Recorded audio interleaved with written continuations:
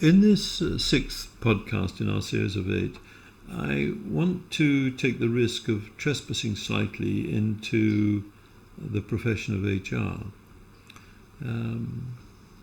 because HR is absolutely central to the well-being of the whole organisation, but I've formed the view over the last 20 years or so that HR is itself floundering a little bit. It's not entirely clear what it's about.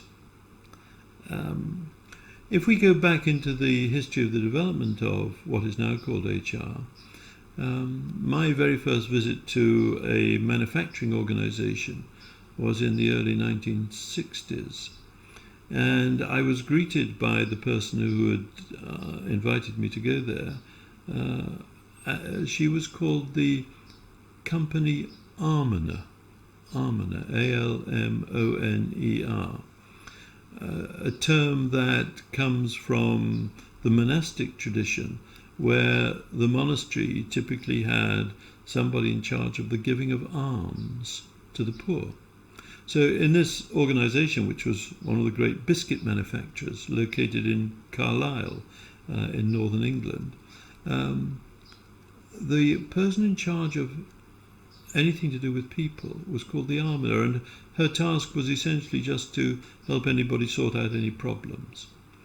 And then we went into a period in the UK which was fraught with industrial relations.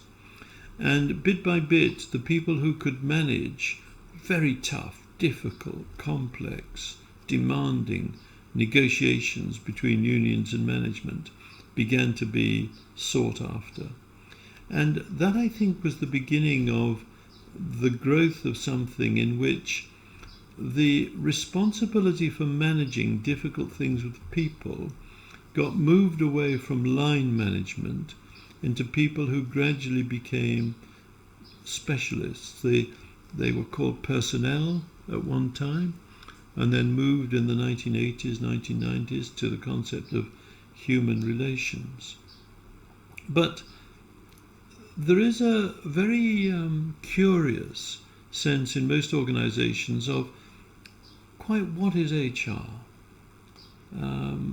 It's the only part of any organization which sometimes its members are slightly uncertain about admitting that they're part of HR, or if you talk about HR, somebody else's eyes roll upwards a little bit, or one huge international energy organisation I know refers to it as hate and revenge. Why would it be that HR is looking all the time at the moment for new names for itself? It thinks of itself as a strategic partner, but which other department inside any organisation wants to redefine itself in order to get away from the name that it has? Human beings are so important that without them, there's no organisation. But I think the dilemma for HR is that because psychology could not provide itself with an understanding of the person, an agreed understanding, psychology couldn't provide HR with an underlying knowledge base about people. So HR got itself rather trapped in the next fad. It might have picked up something from Harvard Business Review or something of that kind, but we get these big concepts like diversity, equity, inclusion, agility. But these are outputs of a system, not inputs. We can only recognize agility by the fact that it has existed. We can only recognize diversity retrospectively, and inclusion. They are outputs of a system. And so what I think HR has been lacking is a body of knowledge which would give it a sense of what are the inputs.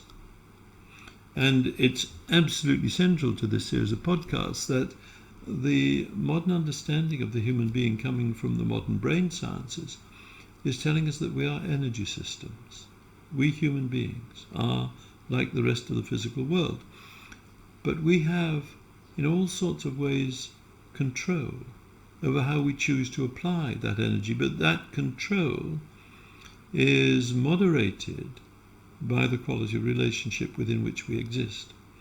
And in our last podcast, I was suggesting that perhaps it's this working understanding of the mind that Dan Siegel from UCLA has given us, that information, energy, and relationship existing in a dynamic flow with each other is the central concept from which a new HR might develop, because I think the task of HR is to be managing the flow of information, the creating of the conditions under which energy flows, through the management of the quality of relationship, not imposed behaviors, but actually the generating of real trust-based relationships. We're going to come on to the nature of trust in a later podcast, the very last one. But HR, I think, could lead organizations in the future if it were willing to begin to found itself upon a body of knowledge which established its professional credentials. Thank you for listening to this podcast. Join us next week.